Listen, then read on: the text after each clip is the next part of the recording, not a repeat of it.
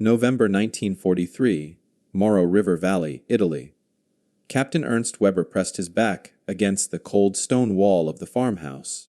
He was breathing hard in short bursts that created clouds in the freezing air. 3 of his men were dead, not from artillery shells, not from machine gun fire, just dead. One moment they were alive, talking about letters from home, and the next moment they simply dropped. No warning. No sound of a gunshot until after the bullet had already done its damage. Weber had been a soldier since Poland in 1939. He knew what fighting sounded like. This was different. This was something else entirely. The first man died at sunrise while lighting a cigarette near the observation post. The second fell 3 hours later, killed while carrying ammunition across what should have been safe ground 200 meters behind the front line. The third man, Sergeant Klaus Hoffmann, a veteran who survived Stalingrad, died while looking through binoculars at the Canadian positions across the valley. The bullet went through his right eye. Weber found the binoculars later. One lens was shattered, blood frozen on the metal frame. The shot had come from somewhere in the hills to the north, but Weber couldn't see anything there except fog and bare trees. No flash from the gun, no smoke, nothing. His men wouldn't move now. 12 soldiers huddled in the farmhouse basement. Rifles loaded, but useless against an enemy they couldn't see. Young Private Schneider, barely 18 years old, kept whispering the same word over and over. Hexere, witchcraft. Weber wanted to slap him to restore order, but he wasn't sure the boy was wrong. How else could you explain it? The Canadians were killing his men from distances that shouldn't be possible, through weather conditions that made normal shooting impossible, with accuracy that seemed to break every rule of warfare Weber had ever learned. Across the valley, in a shallow dip hidden among dead grapevines and rocks, Sergeant Harold Marshall lay perfectly still. He had been in this exact position for 6 hours. The cold had stopped bothering him around hour 3. That was normal. In Manitoba, where he came from, you learned to ignore cold or you died. He had spent entire winters tracking wolves through forests where the temperature dropped to 40 below zero. You learned patience. You learned that movement meant death, that the hunter who moved first usually lost. The German soldiers across the valley didn't understand this yet, but they would. Marshall was 32 years old, which made him ancient compared to most of the men in his unit. Before the war, he guided hunting parties through the wilderness north of Lake Winnipeg. Rich men from Toronto and New York paid him to help them find moose and bear. Most of them were terrible hunters. They talked too much. They moved too much. They expected the animals to simply appear, because they wanted them to. Marshall would watch them waste ammunition on shots they had no chance of making, then complain that the forest was empty. The forest was never empty. You just had to know how to look, how to wait. The Canadian Army didn't know what to do with Marshall at first. He wasn't a career soldier. He didn't fit into the normal structure. He couldn't march in formation without looking awkward. Other sergeants made jokes about the quiet Indian guide from the frozen north. That's what they called him. Even though Marshall was white and had never claimed to be anything else. But he had learned tracking methods from Cree hunters who worked the trap lines near his cabin. He knew how to read wind and terrain. He knew how to become invisible. Then someone gave him a rifle and asked him to shoot. Marshall put 5 bullets through the center of a target at 400 meters. The range officer thought it was luck. Marshall did it again and again. He never missed. Not because he was naturally talented, though he was, but because he never took a shot unless he was absolutely certain. In the woods, ammunition was expensive and heavy. You didn't waste bullets. You waited for the perfect moment, and then you made it count. The British Army had sniper programs, but they were small and disorganized. The Americans were still figuring out what a sniper even was. Most commanders thought of sniping as something scouts did when they had extra time, not as a real military strategy. When Marshall suggested using snipers differently, as a weapon of terror rather than just reconnaissance, his first company commander laughed at him. Why waste a trained soldier on single targets when you could use artillery to kill dozens? Why spend hours setting up one shot when you could fire 100 bullets from a machine gun? Marshall tried to explain. A machine gun made noise. Artillery made even more noise. The enemy knew where you were and could shoot back. But a sniper, a patient sniper who took one perfect shot and then disappeared, created fear. Not just fear of dying, but fear of the unknown. Fear of an enemy you couldn't see, couldn't hear, couldn't fight. That kind of fear changed how soldiers behaved. It made them hesitant. It made them slow. It made them easy targets for everyone else. Most officers didn't listen. But Lieutenant General Guy Simonds did. Simonds commanded the Canadian forces in Italy, and he understood that this war would be won by whoever adapted fastest to new problems. The Germans were dug into defensive positions that were nearly impossible to attack directly. Every assault cost hundreds of lives. Traditional tactics weren't working. Canadian casualties were climbing. Something had to change. So Simonds gave Marshall permission to try something new. He authorized the creation of specialized sniper sections trained in extreme patience and long-range shooting. He provided modified Ross rifles, the same weapons Canadian soldiers used in the First World War, weapons that were more accurate than the standard issue Lee, Enfield at long distances. He let Marshall choose his own men, hunters and trappers and quiet farm boys who understood how to wait. Now, 6 hours into his watch, Marshall finally saw what he was waiting for. A German officer appeared at the edge of the farmhouse window, just for a moment, checking on his men. 780 meters away, through morning fog, through cold air that made everything shimmer and dance, an impossible shot by every standard measure. Marshall exhaled slowly, let his heartbeat settle, calculated wind adjustment based on how the fog moved through the valley, and squeezed the trigger. The German officer dropped without a sound. Marshall didn't watch him fall. He was already moving, sliding backward through the grapevines, keeping his body flat against the frozen ground. The first rule of sniping was simple. One shot, then disappear. Never take a second shot from the same position. Never give the enemy a chance to find you. He crawled 30 meters before standing up, then walked calmly back toward Canadian lines like he was taking a morning stroll. His spotter, Private Tommy Chen from Vancouver, followed 10 meters behind, carrying their gear. Back at the forward command post, Marshall cleaned his rifle while Chen recorded the shot in their logbook. Distance 780 meters. Conditions: heavy fog with light wind from the northwest. Result: confirmed kill, enemy officer. Time and position 6 hours and 12 minutes. The logbook was Marshall's idea. Every shot had to be documented with exact measurements. Every condition had to be recorded. This wasn't guesswork. This was science married to hunting instinct.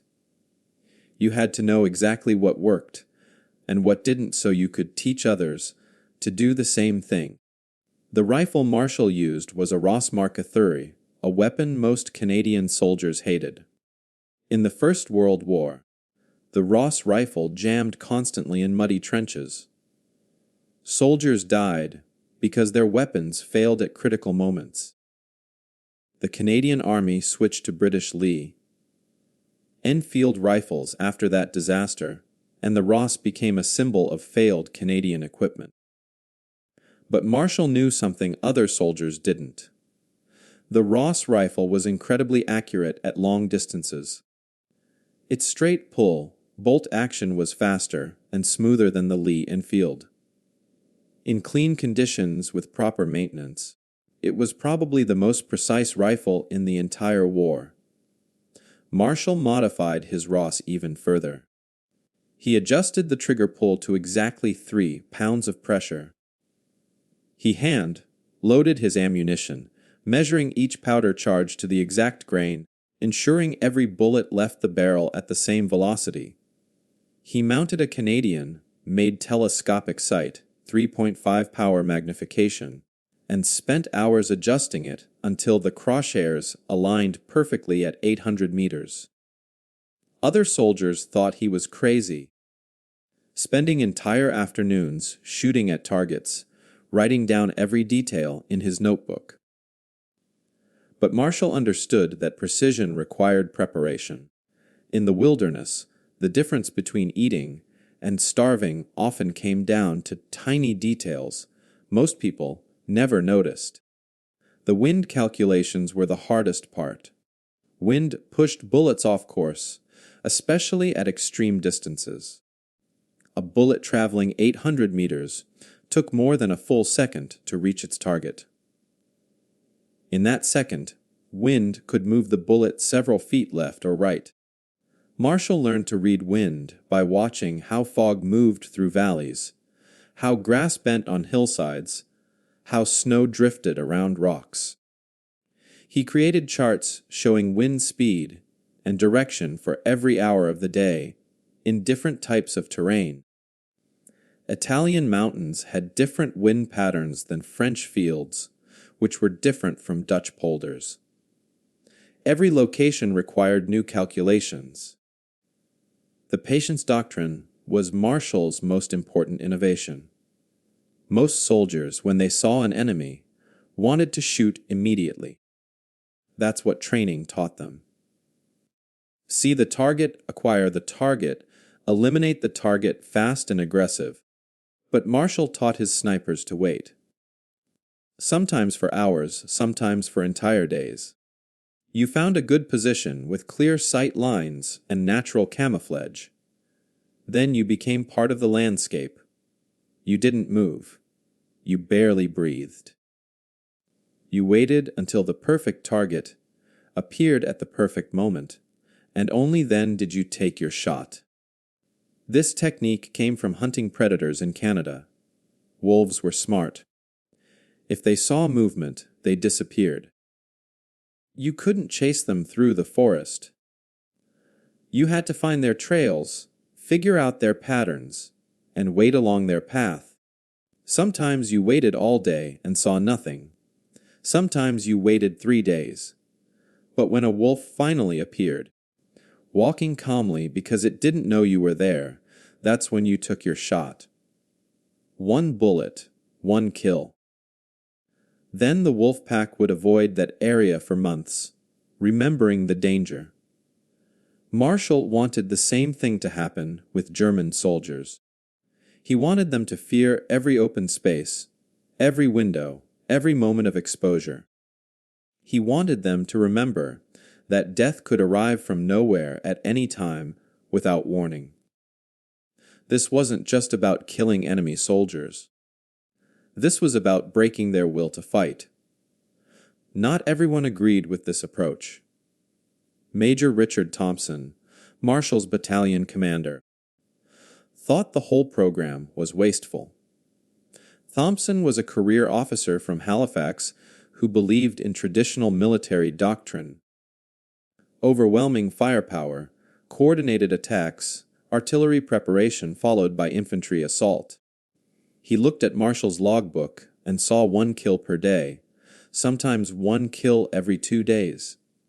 Meanwhile, a single artillery barrage might kill 20 Germans. A machine gun section might kill 50 in a single engagement. Why dedicate trained soldiers to a method that produced such small numbers? Marshall tried to explain the psychological effect. One artillery shell was scary, but soldiers got used to artillery. They learned to take cover, wait for the barrage to end, then return to their positions. A sniper was different. A sniper meant that nowhere was safe. Standing up could kill you. Looking out a window could kill you. Walking from one building to another could kill you. That kind of constant fear wore down soldiers faster than any amount of artillery. Thompson didn't buy it. He wanted to reassign Marshall's sniper sections back to regular infantry duty. The argument went up the chain of command until it reached Lieutenant General Simons. Simons asked to see the German intelligence reports that Canadian scouts had captured. The reports told an interesting story. German units facing Canadian sectors were requesting transfers. Officers were reporting discipline problems and reluctance to man observation posts. Soldiers were wearing their helmets, even in supposedly safe rear areas. Some units were refusing to send out patrols unless absolutely necessary. Simons read these reports and smiled. He authorized expansion of the sniper program. Marshall would train more men. Every Canadian battalion would have dedicated sniper sections. The program would get priority for equipment and ammunition.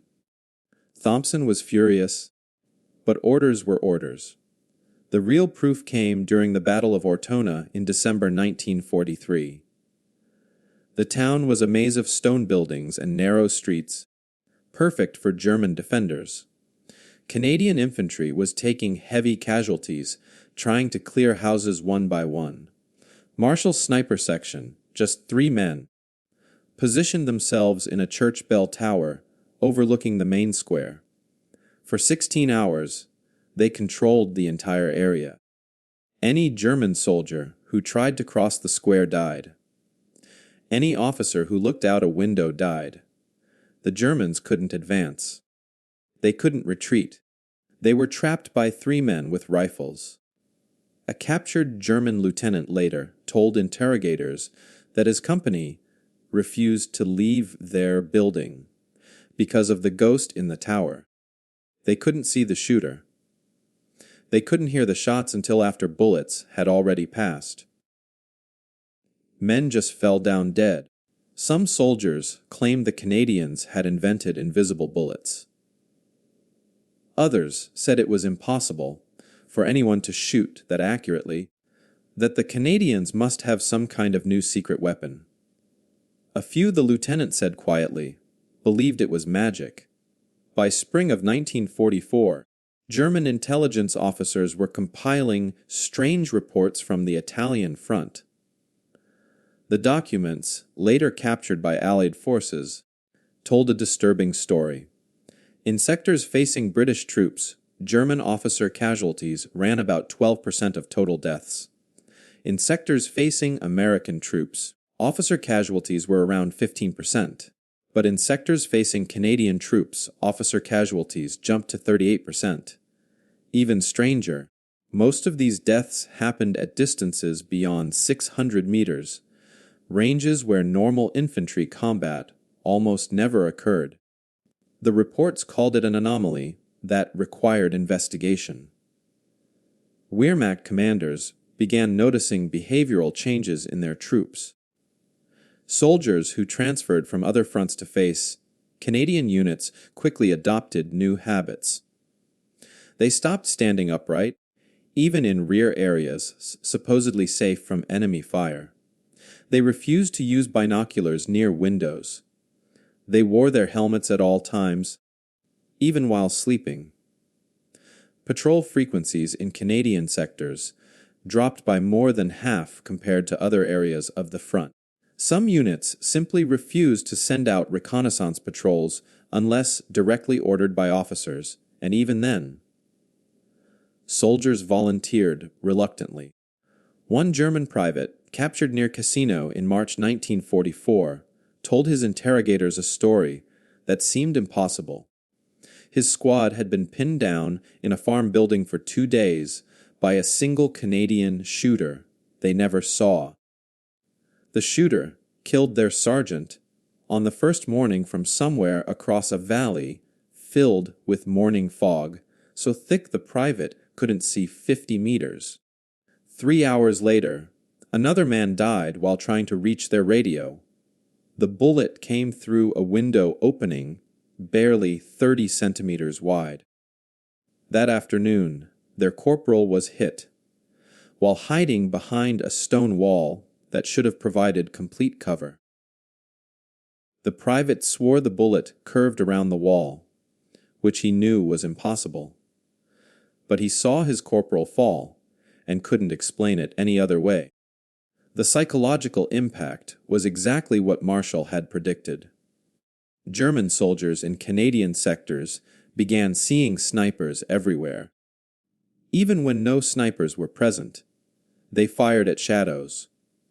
They wasted ammunition shooting at suspicious bushes and abandoned buildings. They reported sniper positions that didn't exist. Fear was contagious, spreading through units like disease.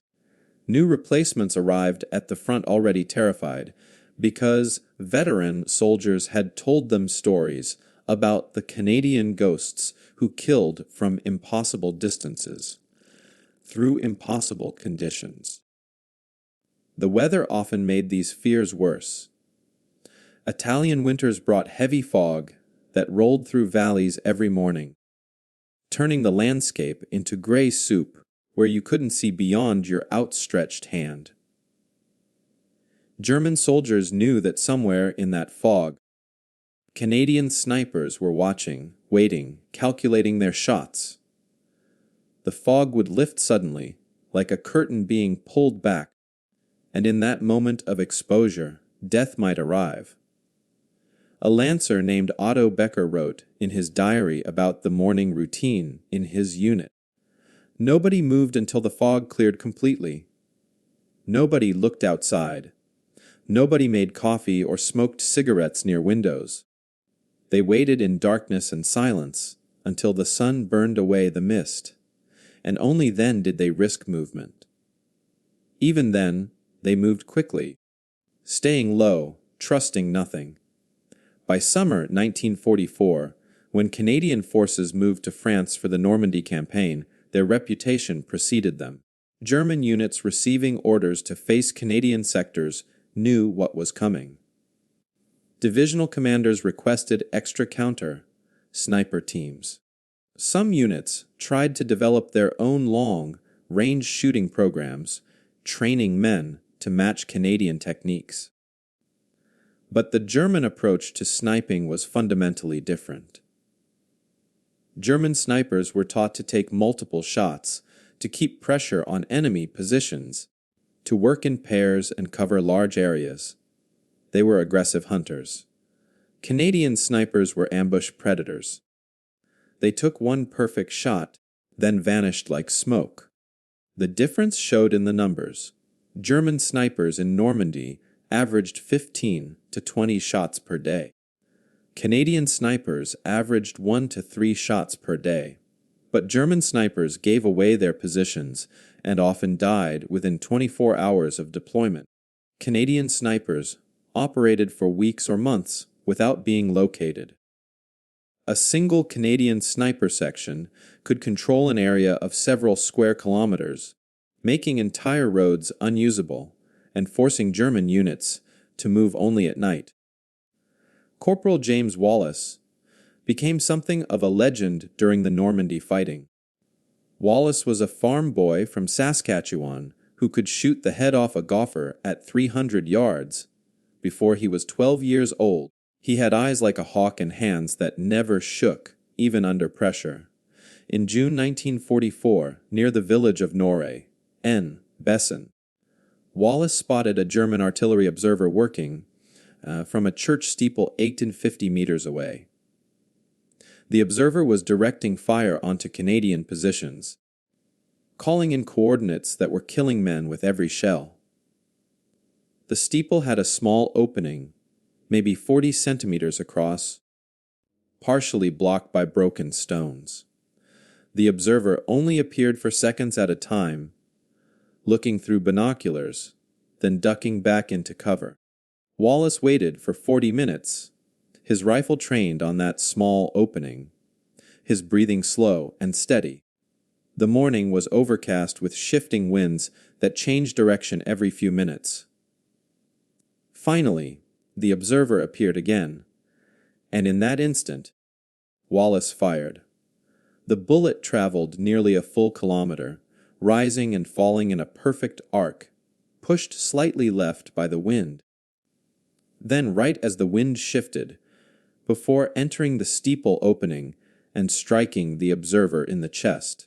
German records later captured from that artillery unit noted that their forward observer was killed by enemy fire at 0940 hours. Range and method unknown. Shot described as impossible given weather and distance. The Germans tried to counter Canadian snipers with their own specialists. They brought in experienced shooters from the Eastern Front, men who had survived years fighting in Russia. They equipped them with excellent scopes and gave them priority for ammunition. They set up elaborate camouflaged positions with multiple firing ports and escape routes. But it didn't work. Canadian snipers had one crucial advantage that German training couldn't replicate: patience, absolute inhuman patience. A German sniper might wait 3 hours for a shot. A Canadian sniper would wait 3 days.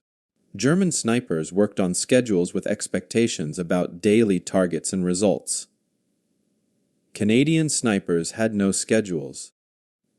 They took shots only when conditions were perfect and the target was worth the exposure. This meant that German counter, snipers often revealed themselves first, frustrated by waiting, eager to prove their worth. And when they revealed themselves, they died. The myth grew with each passing month. Soldiers told stories that became more elaborate with each retelling. They spoke of Canadian snipers who could shoot through solid walls, who could see in complete darkness, who knew where every German soldier was at all times. Some stories claimed the Canadians used magic learned from Indian tribes in the frozen north. Others said the British had given them experimental rifles that fired bullets controlled by radio signals.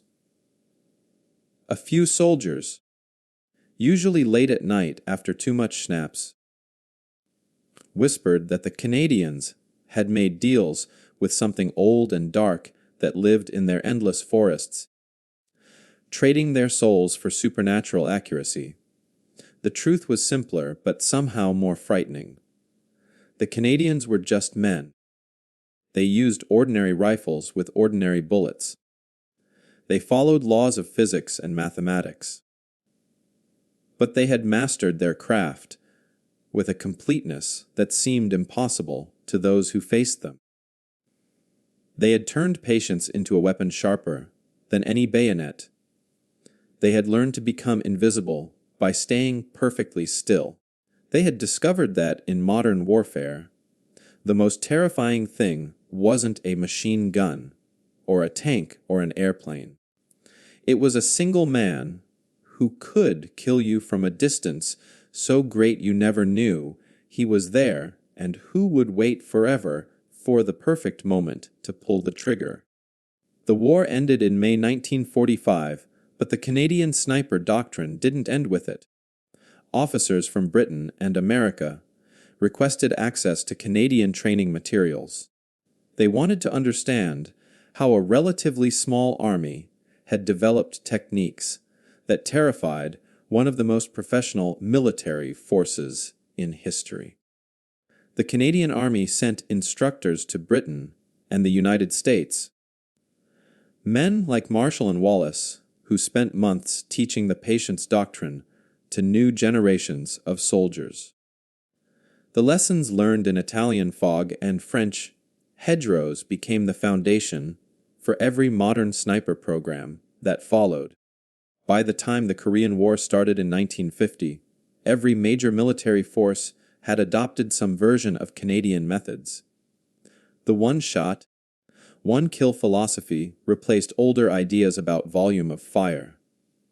Training programs emphasized patience over aggression, precision over speed. Snipers were no longer treated as scouts with rifles, but as specialized weapons that could shape entire battles. A single well-trained sniper team could control a mountain pass or a city street, forcing enemy forces to change their plans or die trying to execute them.